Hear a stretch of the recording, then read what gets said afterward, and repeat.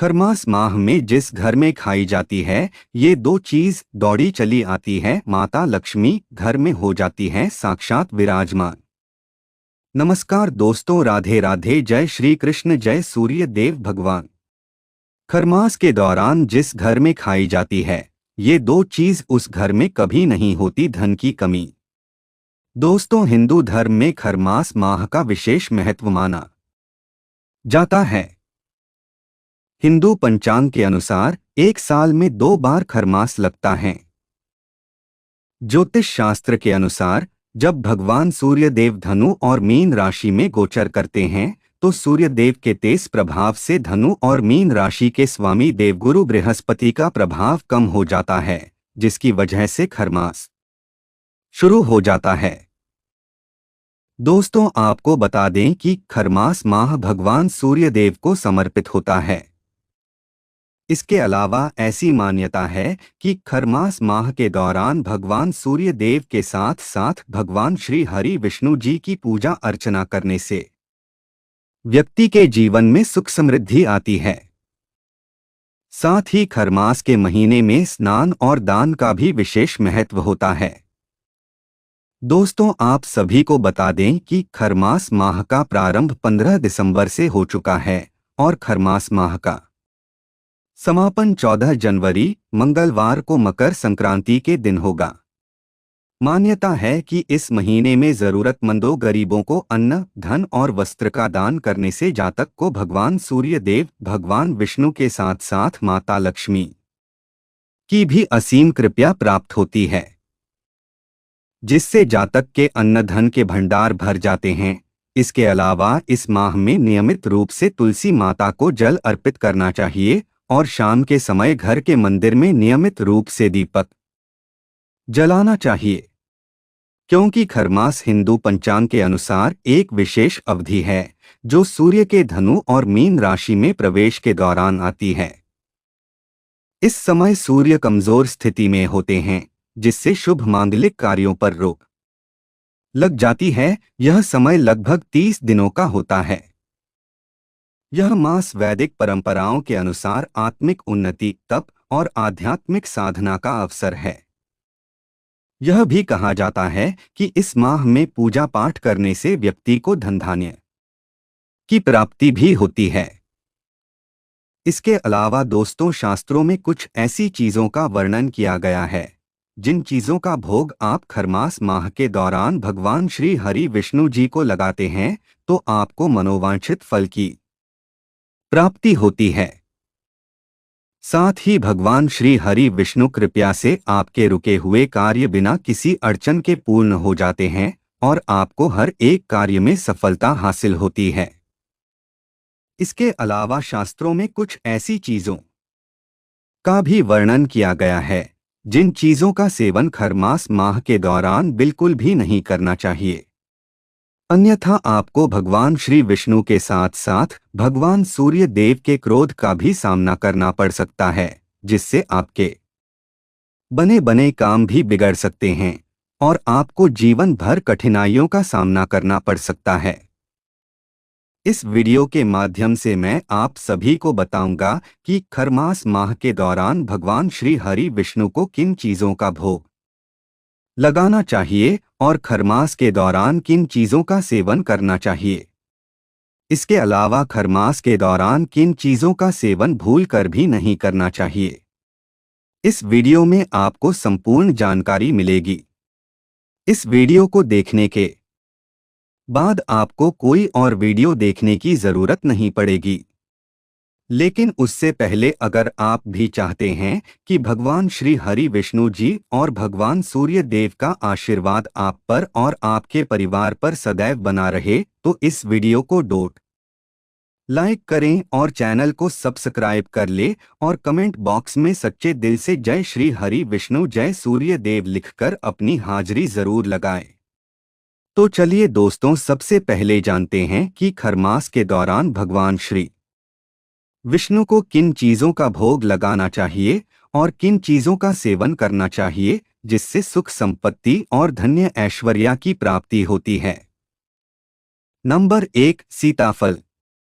दोस्तों, सीताफल भगवान श्री हरि विष्णु को विशेष प्रिय है। सीताफल को शुद्ध घी और हल्के मसालों में पकाया जाता है। यह सब्जी शारीरिक और मानसिक शुद्धि में मदद करती है। अगर आप चाहते हैं कि आपको भगवान श्री हरि विष्णु की असीम कृपा प्राप्त हो और जीवन में कभी भी धन की कमी ना हो, तो आपको खरमास के दौरान सीताफल का भोग भगवान श्री हरि विष्णु को जरूर लगाना चाहिए। ऐसा करने से आपको जीवन में शुभ फलों की प्राप्ति होगी। नंबर 2, लौकी। लौकी भगवान विष्णु को अत्यंत प्रिय सब्जियों में से एक है। लौकी शुद्ध, हल्की और स्वास्थ्यवर्धक होती है। इसे कम मसालों और घी के साथ बनाया जा सकता है। इसके अलावा लौकी सात्विक भोजन का हिस्सा है और खरमास माह में इसे भगवान को भोग के रूप में भी अर्पित किया जा सकता है। ऐसा करने से आपको जीवन में शुभ परिणाम की प्राप्ति होगी और आपको जीवन में किसी भी प्रकार की समस्या का सामना नहीं करना पड़ेगा। नंबर 3, पंचामृत। मान्यताओं के अनुसार भगवान विष्णु को पंचामृत अति प्रसन्न है। इसलिए खरमास के दौरान भगवान विष्णु को स्नान कराने के अलावा उन्हें भोग अवश्य लगाना चाहिए। पंचामृत में आप दूध, शहद, घी, शक्कर और सूखे मेवा डाल सकते हैं। ऐसा करने से सुख समृद्धि की प्राप्ति होती है। साथ ही घर में सकारात्मक ऊर्जा का वास होता है, जिससे घर में सुख शांति बनी रहती है। नंबर 4, केला। दोस्तों, आप सभी लोग जानते होंगे कि भगवान विष्णु को केला कितना प्रिय है। इसलिए खरमास माह के दौरान भगवान विष्णु को फल में केला जरूर चढ़ाना चाहिए। इससे धन समृद्धि की प्राप्ति होती है। इसके अलावा आपको खरमास के दौरान केले के पेड़ की पूजा अर्चना भी करनी चाहिए। इसके अलावा ज्योतिष शास्त्र के अनुसार खरमास में नियमित रूप से ब्रह्मा मुहूर्त में उठकर स्नान आदि करें। स्नान के बाद भगवान विष्णु का केसर युक्त दूध से अभिषेक करें। इतना ही नहीं, तुलसी की माला से 11 बार भगवान विष्णु के मंत्र ओम नमो भगवते वासुदेवाय नमः का जाप अवश्य करें। नंबर 5, तिल के लड्डू। दोस्तों, खरमास के दौरान भगवान विष्णु को तिल के लड्डू का भोग अर्पित करना विशेष फलदायी माना जाता है। तिल और गुड़ से बने लड्डू ऊर्जा और शुद्धता का प्रतीक माने जाते हैं। साथ ही तिल का उपयोग भारतीय संस्कृति में विशेष महत्व रखता है और यह स्वास्थ्य के लिए भी अत्यंत लाभकारी होता है। तिल शरीर को गर्म रखता है और सर्दियों में यह बेहद उपयोगी माना जाता है। इसके अलावा भगवान विष्णु को डोट तिल के लड्डू अर्पित करते समय इन्हें तुलसी के पत्तों से सजाएं। तिल और गुड़ का यह भोग भक्तों के जीवन में स्थिरता, सकारात्मकता और समृद्धि लाने का प्रतीक होता है। नंबर 6, मखाने की खीर। दोस्तों, मखाने की खीर भगवान विष्णु के प्रिय भोगों में से एक है। इसे दूध, मखाने, चीनी और सूखे मेवों के साथ बनाया जाता है। मखाने को पवित्र और सात्विक माना जाता है, जो भगवान को प्रसन्न करने में सहायक होता है। इसके अलावा खीर बनाते समय उसमें तुलसी के पत्ते डालना बिल्कुल भी नहीं भूले, क्योंकि तुलसी भगवान विष्णु की आराधना का महत्वपूर्ण हिस्सा है। ऐसे में खरमास के दौरान मखाने की खीर भगवान विष्णु को अर्पित करने से भगवान विष्णु भक्तों के जीवन में सुख, शांति और समृद्धि का आशीर्वाद देते हैं, जिससे जातक को जीवन में शुभ परिणाम देखने को मिलते हैं। नंबर 7, सरल हलवा। दोस्तों, खरमास माह में भगवान विष्णु को सूजिया गेहूं के आटे से बना हलवा अर्पित करना बेहद ही शुभ माना जाता है। यह भोग घी, गुड़ या चीनी के साथ तैयार किया जाता है और इसे तुलसी के पत्तों से सजाकर अर्पित किया जाता है। हलवे का भोग भगवान के प्रति भक्ति और समर्पण का प्रतीक माना जाता है। इसके अलावा हलवा ऊर्जा प्रदान करता है और भक्तों के शरीर और मन को शुद्ध करता है।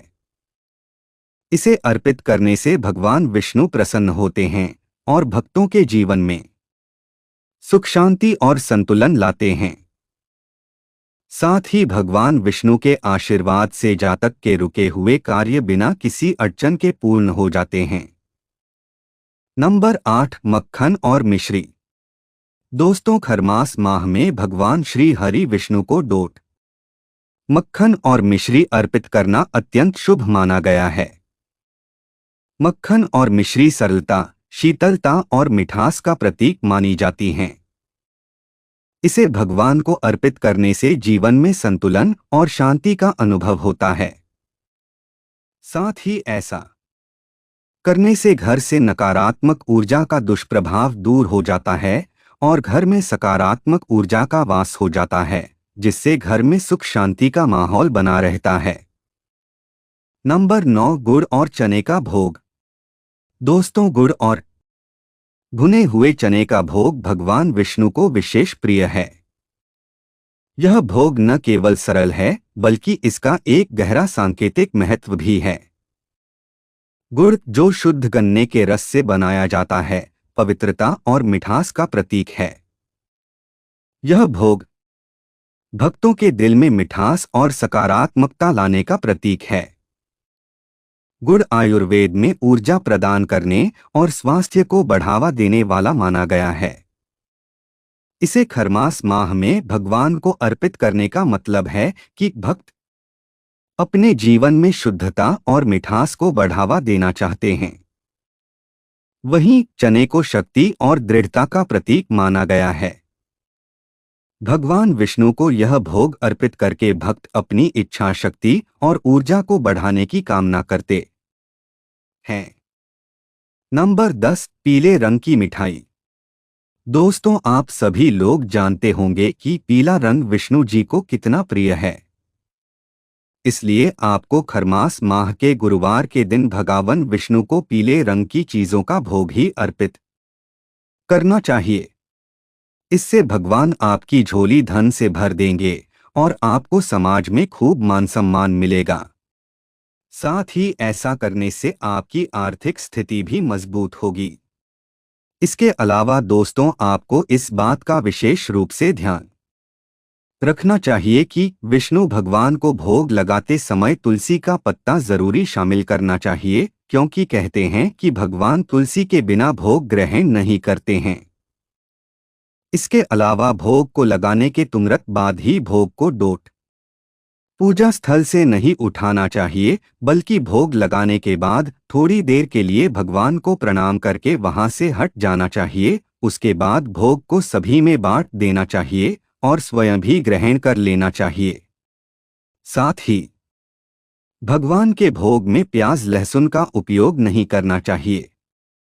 इसके अलावा भगवान को भोग लगाने के बाद उसका थोड़ा सा हिस्सा निकालकर गाय माता को जरूर खिलाना चाहिए। उसके बाद ही स्वयं प्रसाद लेना चाहिए।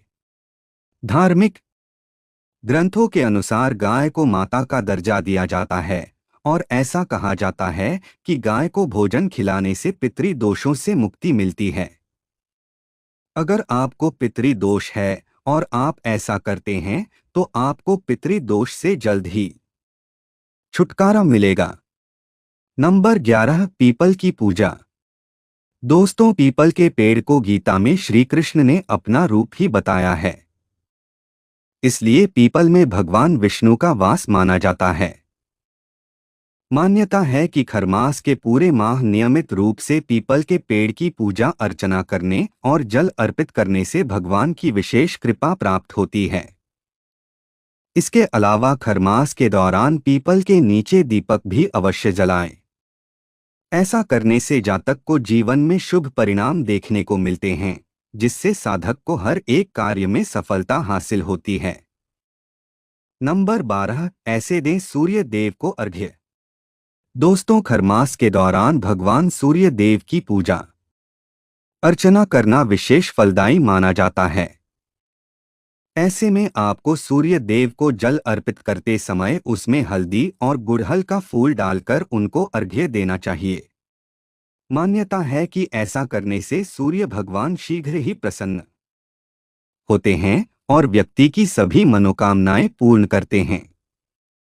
वहीं खरमास में सूर्य चालीसा का पाठ करना भी बेहद लाभकारी माना जाता है।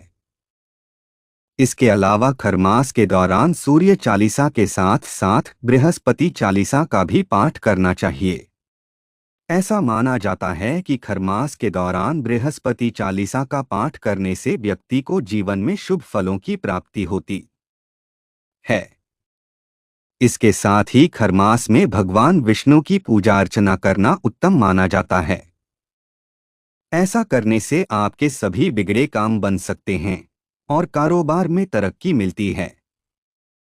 तो दोस्तों, ये थी वे चीजें जिनका भोग खरमास माह के दौरान भगवान विष्णु को लगाना चाहिए। आइए अब जानते हैं कि खरमास माह के दौरान किन चीजों का सेवन भूलकर भी नहीं करना चाहिए। नंबर 1, भिंडी। दोस्तों, भिंडी को डोट भी तामसिक सब्जी माना जाता है क्योंकि यह चिपचिपी होती है और इसे पचाना कठिन हो सकता है। भिंडी के सेवन से मानसिक असंतुलन उत्पन्न हो सकता है जो पूजा और भक्ति के लिए उपयुक्त नहीं है। इसलिए खरमास माह के इस समय में भिंडी का सेवन बिल्कुल भी नहीं करना चाहिए। Number 2, mushroom. मशरूम एक प्रकार का फफूंद है जो विशेष रूप से तामसिकता का कारण बनता है। इसे शाकाहारी भोजन के रूप में नहीं माना जाता है। इसके सेवन से मन और शरीर पर नकारात्मक प्रभाव पड़ सकता है जो भगवान श्री हरि विष्णु की पूजा के उद्देश्य के विपरीत है। यह शरीर को शुद्ध नहीं करता है और न ही सात्विकता को बढ़ावा देता है, बल्कि खरमास माह में मशरूम के सेवन से आपको शुभ परिणाम की जगह अशुभ परिणाम देखने को मिल सकते हैं। ऐसे में आपको खरमास के दौरान बिल्कुल भी मशरूम का सेवन नहीं करना चाहिए। नंबर 3, करेला। दोस्तों, करेला अपनी कड़वाहट के लिए जाना जाता है और इसे भगवान विष्णु के भोग में आमतौर पर शामिल नहीं किया जाता है। कड़वी सब्जियां तामसिक होती हैं और शारीरिक असंतुलन का कारण बन सकती हैं। खरमास के दौरान सात्विकता को बनाए रखने के लिए करेले की सब्जी से बचना चाहिए। इसके सेवन से मन और शरीर में अशांति उत्पन्न हो सकती है। नंबर 4, बासी भोजन। दोस्तों, गीता में बासी भोजन को तामसिक और रोगवर्धक बताया गया है। शास्त्रों में बासी भोजन को अपवित्र की श्रेणी में रखा गया है। इसलिए बासी और जला हुआ भोजन खरमास माह के दौरान नहीं खाना चाहिए और ना ही किसी को देना चाहिए। नहीं तो माता लक्ष्मी और भगवान श्री हरि विष्णु के साथ साथ सूर्य देव भी आपसे नाराज हो सकते हैं, जिससे आपका जीवन दुर्भाग्य में बदल सकता है, जिससे आपको जीवन भर कठिन समस्याओं का सामना करना पड़ सकता है। नंबर 5, बैंगन। दोस्तों, शास्त्रों में बैंगन को डोट अशुभ माना गया है। ऐसे में खरमास माह के दौरान बैंगन का सेवन बिल्कुल भी नहीं करना चाहिए। इसके अलावा उत्तेजना वर्धक होने की वजह से बैंगन को धार्मिक दृष्टि से अशुद्ध माना गया है। अगर आप गलती से भी खरमास के दौरान बैंगन का सेवन कर लेते हैं तो आपको जीवन में शुभ परिणाम की जगह अशुभ परिणाम देखने को मिलते हैं, जिससे आपका जीवन दुर्भाग्य में भी बदल सकता है और आपको आर्थिक तंगी जैसी समस्याओं का भी सामना करना पड़ सकता है। साथ ही आपके बने बनाए काम भी बिगड़ सकते हैं। नंबर 6, लहसुन और प्याज। दोस्तों, लहसुन और प्याज तामसिक भोजन के अंतर्गत आते हैं। ये शरीर में गर्मी पैदा करते हैं और मानसिक अशांति का कारण बनते हैं। ऐसे में खरमास माह के दौरान इनका सेवन वर्जित है क्योंकि इनसे भक्ति में विघ्न आ सकता है। इसके अलावा इन्हें भगवान विष्णु के भोग में अर्पित करना भी ठीक नहीं माना जाता है। इनकी तामसिकता के कारण इनका सेवन शरीर और मन को शुद्ध रखने में सहायक नहीं होता है। इसके अलावा दोस्तों, खरमास के दौरान बिल्कुल भी शराब, मांस, मछली आदि का सेवन नहीं करना चाहिए। तो दोस्तों, ये थी वे चीजें जिनका सेवन खरमास माह में भूलकर भी नहीं करना चाहिए। अगर वीडियो अच्छी लगी तो वीडियो को लाइक एंड शेयर करें और आपके अपने चैनल रंगीला बाबा ऑफिशियल को सब्सक्राइब करके बेल नोटिफिकेशन को ऑल पर सेट कर ले, ताकि आपको हमारी आने वाली हर एक न्यू वीडियो का नोटिफिकेशन आपको सबसे पहले मिल जाए। वीडियो देखने के लिए आपका धन्यवाद।